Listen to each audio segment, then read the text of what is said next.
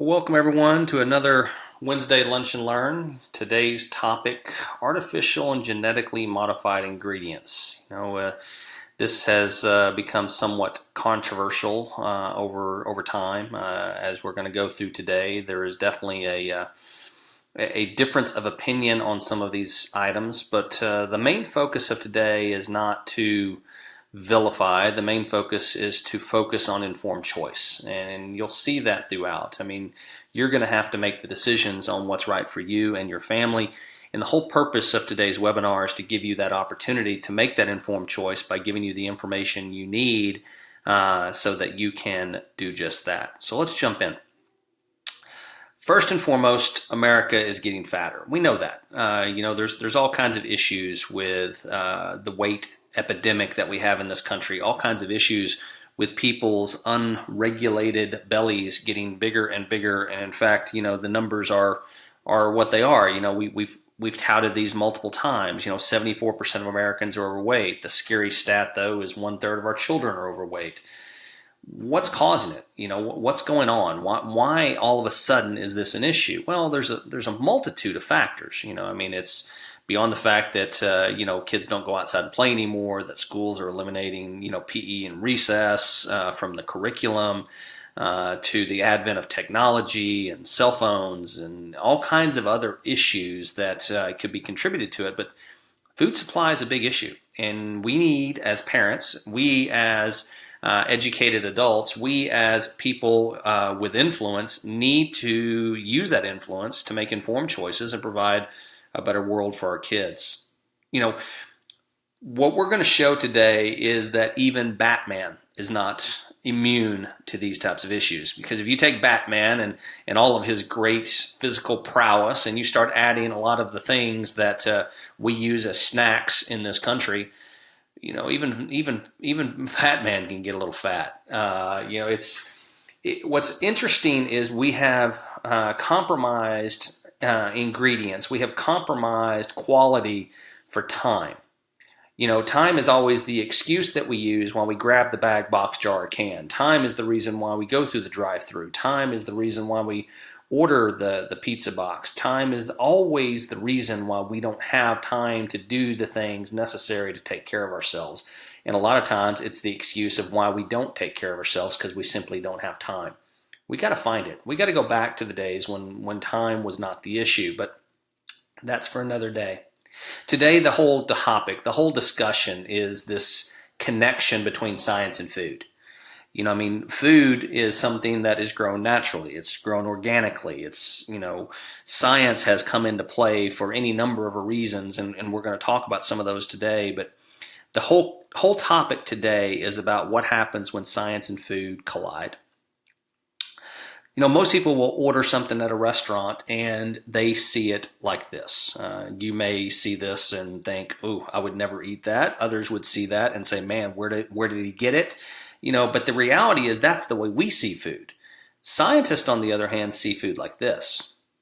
See, they actually see what's in it. They see all the additives, the artificials. They see all the names. They see the preservative information. They see the food eradication and other issues associated with what's in the food itself. So just like that, we see food like this and we're thinking, man, which one of these do I want for lunch? This looks like your typical menu. Which one of these things would you eat? Scientists, on the other hand, they see food like this with all of the chemical ingredients that have been added to the food to preserve it, to add flavor, to add color, to add texture, to add crunch, to add addictiveness. That's right. There are additives to certain food products to make them more addictive so that we have a bigger response to them and we have that addiction quality so that they become our snack of choice. They become that food that we can't live without. They become that food that creates that dopamine response that our body just craves on an ongoing basis, especially if we see it, hear it, smell it, touch it, or more importantly, taste it anytime.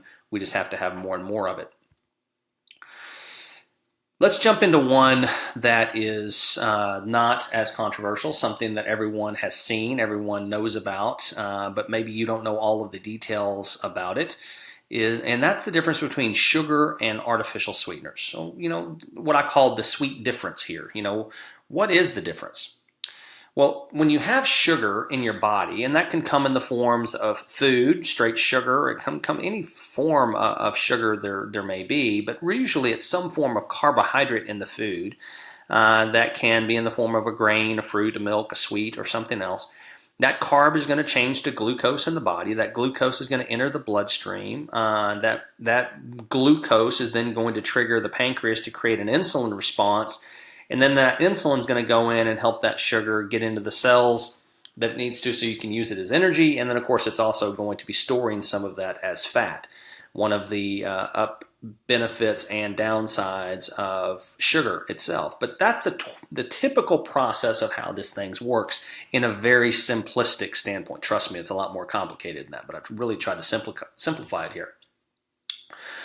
But when you actually talk about sugar itself and compare it to artificial sweeteners, you need a better understanding of what that means. See, Equal, for instance, came out in 1981 and it's 200 times sweeter than sugar. Sweet and Low, or its equivalent, came out in 1879, believe it or not. It's been around a long time, but it's 300 to 400%, or 300 to 400 times sweeter than sugar. And then, of course, you have your Splenda variety, and all of these have their chemical names, but I'm giving you the names so that you can understand them and you understand what they are. Came out in 1998, and it's 600 times sweeter than sugar. So it's amazing that people go to these products when they're actually trying to lose weight, make a better informed choice. The reality is they are as addictive or more addictive when you look at these numbers, but there's one that you've probably never even heard of. There is this other ingredient called Neotame out there. It came out in 2002 that is 7,000 to 13,000 times, that's times, not percent, times sweeter than sugar. And you're like, okay, well, I've never heard of this. This is crazy. Why would I even care about this? Well, currently used in over 1,000 sugar-free foods on the shelves in the supermarkets that you're shopping in right now. So when you turn over that label and you see this ingredient and it's part of your favorite sugar-free food, it may be surprising to you to know that the reason why you love that food so much is because it is literally 7,000 to 13,000 times more sweet than sugar by itself, and it's labeled as sugar-free.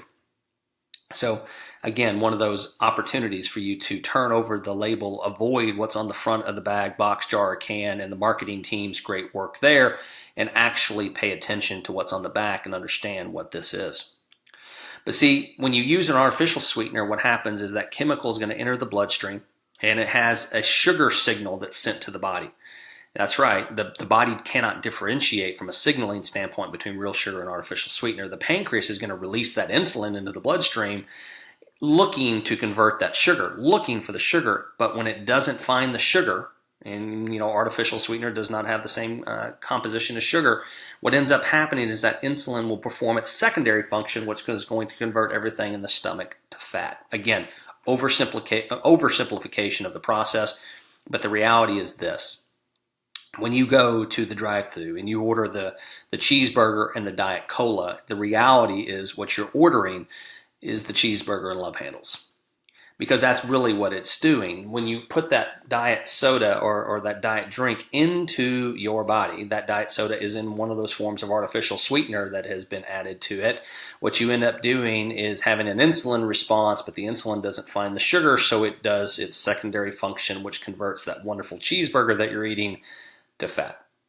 I've now explained to you why 80% of the people that drink diet soda are overweight. It just doesn't work. Though it has the word diet on it, that's a great marketing idea, it does not have the effect on the body the way that it was intended. So let's look at something else. Americans consume more calories from this ingredient than from any other source. And I want you to just think about that for a second. It's what could be the number one source of calories in the U.S.? Because, we're talking about artificial sweeteners here. So artificial sweeteners have no calories, so it can't be that. So what could it be? What is it that Americans consume more calories from than anything else? High fructose corn syrup. That is right. It's another form of sweetener, not artificial. that is in just about everything these days, or what they call HFCS. If you're looking on a label and it has that, that's what it's referring to. And in fact, now, under the new labeling guidelines, they've actually been able to drop the term high fructose, and now you may just see corn syrup on the back. So when you're reading a label, make sure that you understand the difference. And if you see corn syrup, more than likely it is high fructose corn syrup. Now, why is this important? Why do you need to know about this? Well, when we got this wonderful ingredient in the 1970s, we started to gain weight. And in fact, if you look at the scale, what you find is that the increased usage of high fructose corn syrup in our diet has had a commensurate effect on our waistline. That's right, it kind of topped out in 2007, 2008 is when it kind of topped out, and our weight actually started to come back. But the reality is we have gotten heavier, and our obesity rates have skyrocketed with the advent of high fructose corn syrup and its addition to our U.S. diet. How much so?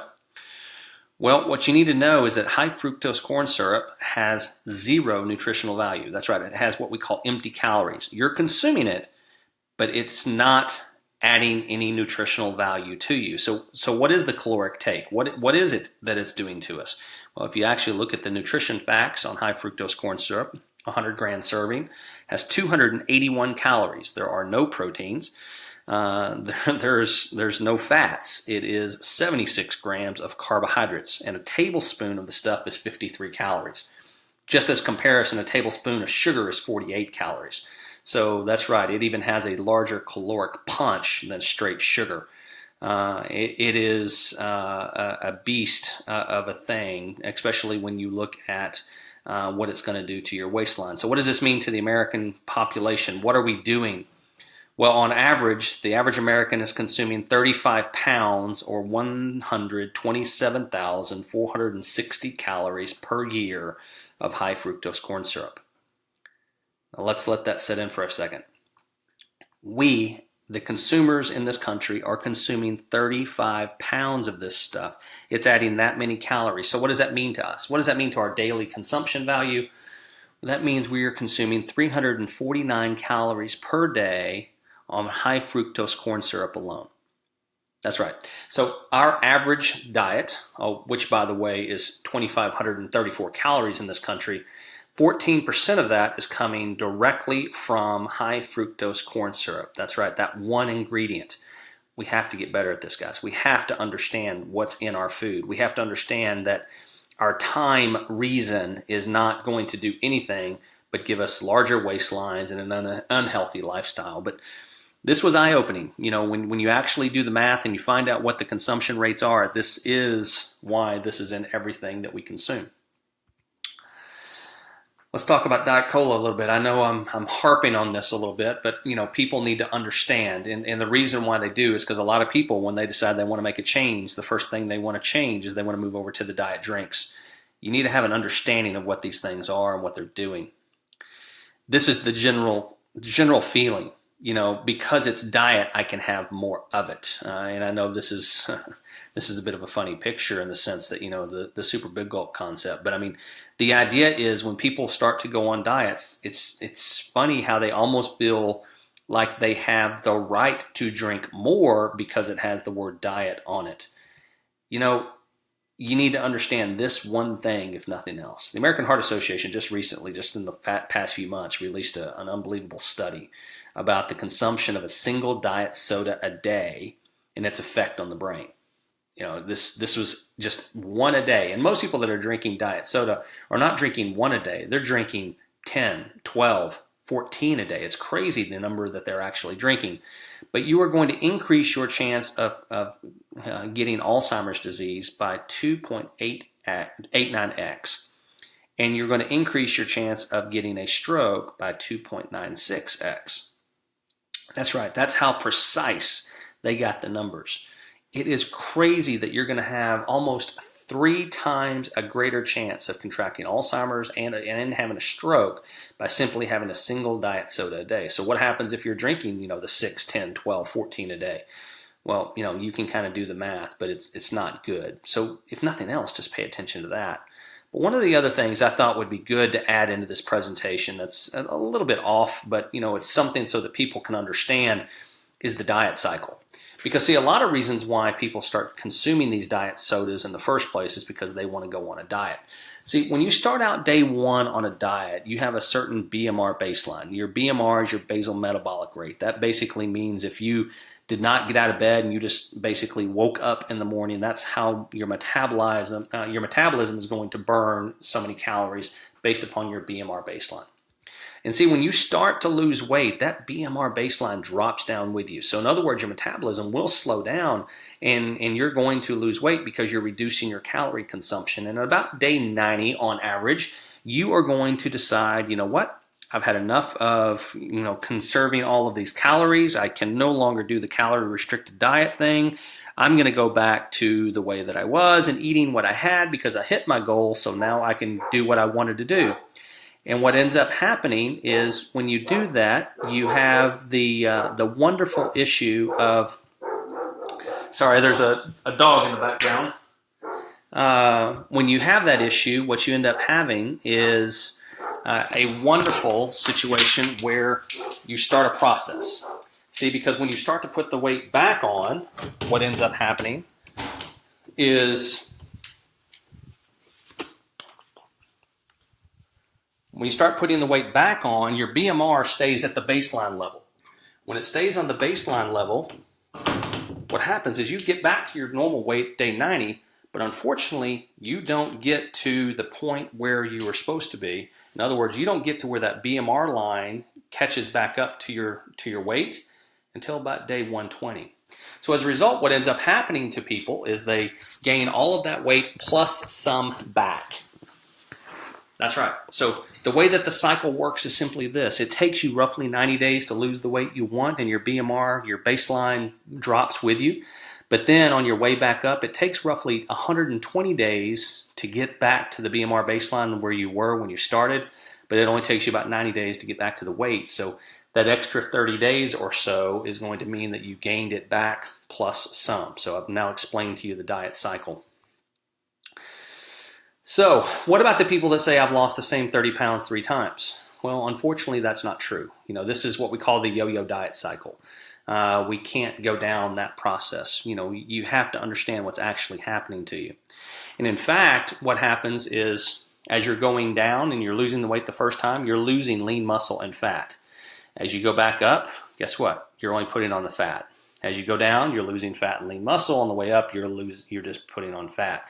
So what ends up happening when you do this, when you know that fat is only burning 2 to 3 calories per day per pound in your metabolism, and lean muscle is burning 7 to 9 calories, when you're losing that lean muscle and you're not putting it back on, guess what? Your metabolism is coming down, which means you're naturally going to continue to get heavier if you're eating the same amount.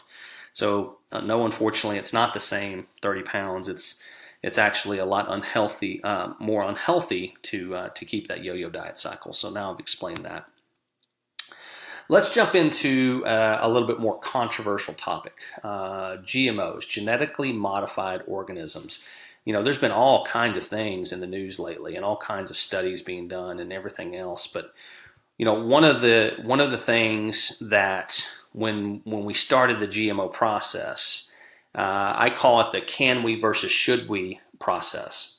See, what happened was you had a lot of crops that were being inundated with disease and bugs and soil eradication and other related issues, soil contamination and soil depletion. The scientists were trying to fix a problem and basically trying to feed a population that was growing. So, it was all good intentioned when it all started. And the question was always, can we do something? Is there something that we can do about this? We never sat back and said, should we? We never sat back and said, what happens if we change the molecular structure of a food? We never sat back and changed it, and thought about what would happen if we were consuming something that was genetically modified. Just wasn't part of the normal thought process. See, the real idea behind it was, can we make it bigger? Can we make it stronger? Can we make it drought tolerant? Can we make it disease resistant? Can we? And now that we've done it, and now that we have this in our food supply, and now that we've been able to do it in a cheaper, more cost-effective and fast way, with crop yields that, are through the roof. Now the question is, should we? And the science is mixed. At least it seems to be. Right now, what you have when you go into a grocery store is over 70% of the foods that you see on the shelves are genetically modified in some way. That doesn't mean if it's, just on the middle aisles where it's, packaged in a box, jar, bag, or can. No, this is everything. This is on the outside aisles, inside aisles, by the register, any other place. I mean, it is everywhere, from the produce to the fruits and vegetables to the milk products to the cheeses, you name it. 70% of what you see in that store is going to be genetically modified. Not labeled as such, but we'll talk about that in just a second. Now, this is something that just came out last year. The National Academies of Science, Engineering, and Medicine. They just came out and said they have found no substantiated evidence that foods from genetically engineered crops were less safe than foods from non-GE crops. Now, what you need to understand about this study is they looked at thousands of research papers. They listened to testimony for months on end, if not years. They reviewed everything possible to try and refute and or confirm. They were trying to figure out what the answer was, whether or not GMOs were safe or not. And they came down on the side that they were safe. That was their finding. You can go out there and read it. It's well publicized. A Google search real quick, you will actually be able to find this thing. It was really surprising to a lot of people, but that was their finding. So if that's the case, why are we still talking about this issue? Well, here's some facts that you need to know. The U.S. and Canada are the only two countries, developed countries, that don't require labeling or completely ban genetically modified organisms. So what do all of these other countries know? What are all these other countries' concerns, including even China, which is somewhat surprising?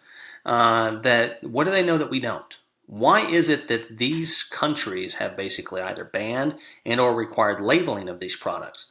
More importantly, why is it that we don't label the GMOs in this country? Well, here's the issue. 92% of Americans want genetically modified organisms labeled, but yet they're still not labeled in this country. 92% of people say, yes, I want it labeled. I want to know if I am actually eating something that is genetically modified, but yet we still don't have it. Our federal government has not found a way to do that yet, to make that law. So as a result, you now have 23 states working on mandatory labeling laws and 61 countries that already have the mandatory labeling laws in place and require it if you're going to sell the product in their country. How is this happening? Why can we have an overwhelming number of people wanting to know what they're eating, but yet we don't know? Well, this may be the answer. See, in 2013, what you had was a little over $25 million spent in lobbying by groups opposed to mandatory GMO labeling. 2014, a year after that, you had $66 million. In 2015, you had $101 million. So far through 2015, you have $192 million spent on lobbying to prevent labeling of genetically modified organisms in this country. And of course, one of the big players in that is Monsanto. They've spent a little over $8 million in that 3-year span trying to get people to avoid labeling GMOs. So here's the question, and this begs it. If these things are safe, if science has now inevitably proven that they are safe and has found no link between the fact that these things may have issues with human consumption, then why spend so much money opposing labeling the things? That's kind of the question, isn't it? I mean, if they're safe and science has now proven it, why does it matter if you label it? It should not be considered a negative. But yet, though 92% of Americans want it, we still don't have it. The reality is this: you need to make an informed choice. Is this something you want to do? Is this something you want to consume? But the question is, do you really know that you're consuming it? See, that's the funny part. A lot of times people will see the word organic on something and just assume that means non-GMO. It does not. Somebody will see the word natural and think that that means non-GMO. It does not. You can have an organic product that's genetically modified. Yeah, how is that possible? But, you just need to understand that one does not necessarily mean the other. So what are the 8 most genetically modified foods? Well, they're right here in front of you. Everywhere from the soybean to the alfalfa to cotton to corn to dairy to aspartame to the wonderful sugar beet to canola oil. Now, cotton. Really cotton? Why? We're going to go through it. I'm going to show it to you. So let's start out with the first one. Soybeans. Where do you find soybeans? Where do you find the genetically modified soybeans? Well, if you look at the list, in just about everything that you consume, that's right, you need to understand that soy is now finding its way into all kinds of things, anywhere from potato chips and ice cream to frozen yogurts to infant formula. That's right, tons of soy in infant formula. Protein powders, margarine, cheeses, crackers, breads. I mean, it's in everything. It's also in shampoo, bubble bath, cosmetics. Now, why is that important? Don't forget that skin is the largest organ in your body, and you can ingest these things through the skin. So make sure you understand that when you're making these informed choices. Let's look at the alfalfa. What if you don't eat alfalfa? Well, you don't have to, because guess what? It's fed to almost all our conventionally raised livestock. So that's anywhere from meat, pork, poultry, eggs, and dairy. More than likely, you have genetically modified alfalfa that has been consumed by the animal that's producing the meat or the dairy and or the eggs that you're consuming. So just know that. What about this wonderful thing, the sugar beet? Well, you know what? It's added like sugar to a lot of things like cookies, cakes, ice creams, donuts, candies. Again, you need to make sure that you're informed, because a lot of these things are genetically modified. Again, like I said, I'm showing you the top 8, but just to give you an idea how they're used and where they're used, so you're making an informed choice. Cotton. This was the one that was kind of weird, right? Well, you don't think about it, but it is in oil, it is in our fabrics, and it's in our clothes, but it's also in chips, peanut butters, crackers, and cookies. That's right, cotton oil is found in all 4 of those things, so be very careful and understand when you're reading the label or looking at a label that you very well may be consuming cotton oil as a result of that. Let's look at the next one, canola oil. Well, here's the thing. If you buy anything in a bag, box, jar, or can through a window into your car, good chances that you're consuming canola oil. Because it is one of the things that is found most in fast food. But you also have it in all processed foods. You have it in all kinds of oil blends, canned soups, big amount of canola oil there, as well as snack bars, frozen foods, especially your TV dinners and the like. Cereals, you need to make sure you understand that. What about the artificial sugars that we were talking about earlier? Well, the reality is this. If you're finding something that has the word diet, light, reduced fat, healthy, no sugar added, or sugar-free, chances are you are consuming a genetically modified form of artificial sweetener.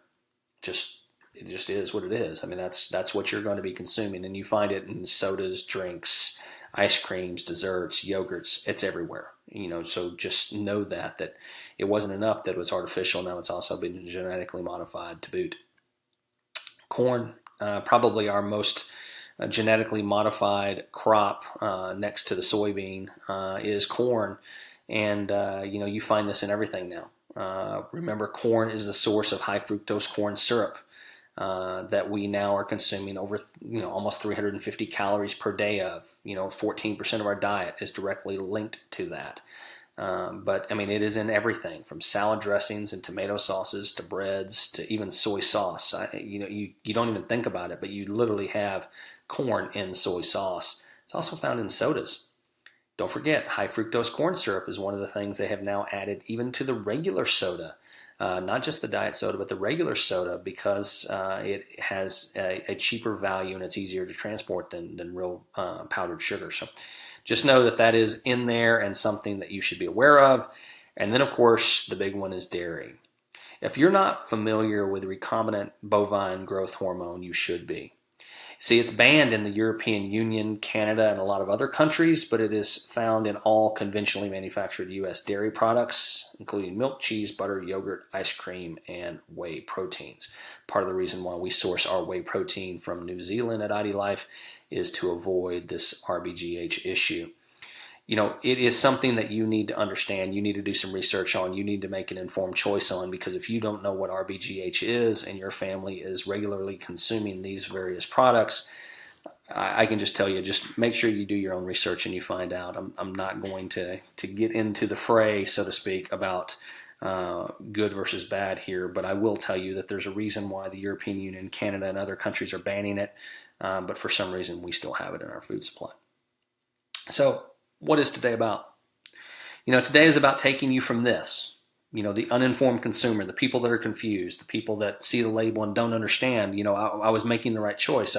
I picked up something that said sugar-free. I picked up something that said diet. I picked up something that said light.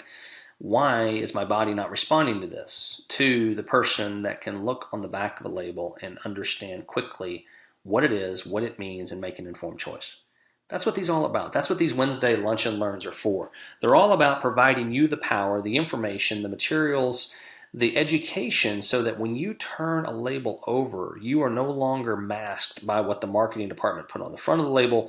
You are now a consumer that is well informed and is making an informed choice for you and your family and the people that you care about and love, that you know what you're consuming and you know what you're putting in your body. If you want to learn more about what IDLife is doing and what we're about, then I encourage you to plug in on Monday nights at 8:30 Central Time with our CEO, who does a Live It Up Tour live event. Our Live It Up Tour is heading towards our big event in Vegas, which we'll talk about in just a second. But if you also want to see some people that are getting amazing results by just following some simple understanding, focused on the 6 inches between their ears and changing daily habits, not just the 40 inches around their waist, making permanent life changes, then by all means go to myidlifestory.com and find out more about what IDLife has going on, especially with our IDLife experience. As for the experience, we do have the Ultimate Challenge. It is in full swing right now. Our first May competition is coming to an end, and we will be announcing our first group of winners, both individual and team, very soon. But in addition, we're getting ready to ramp up and do this again in June. So before you know it, the second phase of the team competition and individual competitions will be underway. Why don't you enter? It doesn't take much. You can go to myidlifestory.com, get all the details. You do not have to be anything other than a person who's interested in getting healthy. Join the community, get a part of it, and get your piece of the $35,000, or at least your chance. What's the worst thing that can happen? You will end up with a free T-shirt and your health back. So join the community. Find out more at myidlifestory.com. If you want to learn more about IDLife in person, then come to Vegas with us. September 15th through the 17th, we'll be at the Planet Hollywood in Las Vegas, Nevada, where you'll hear from all kinds of people. I mean, it's the list of speakers is starting to build. The information that is going to be shared is going to be unreal. And of course, you're in Vegas. Do you really need an excuse? The whole idea is, we're going to have fun. We're going to enjoy ourselves. We're going to reward the people that have had amazing transformations through the IDLife experience, but more importantly, people that have educated themselves and they're making informed choices for themselves and for their families and the people that they care about, just by simply taking these Lunch and Learns and the other information that IDLife provides through all the other vehicles that we have and putting it into play, changing their health and changing it permanently for the better. Next week, we are going to tackle another heavy topic, one that a lot of people don't understand, but we need to make sure that we cover, and that's understanding the link between heart disease and diet.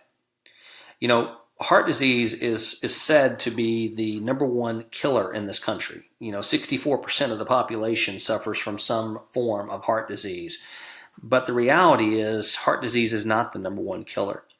Hand-to-mouth disease is the #1 killer. Hand-to-mouth disease is our hand finding our mouth way too often with the wrong thing. And we're going to talk about that, and we're going to talk about that direct link, and we're going to talk about family history, and we're going to talk about predisposition, and we're going to talk about drugs that are associated with heart disease and what effects they're having on the body and what we need to understand from a diet standpoint to offset those effects. So tune in next week, same time, same location. I understand this says May 24th, but it's actually going to be May 31st, so I'm not doing this again right now.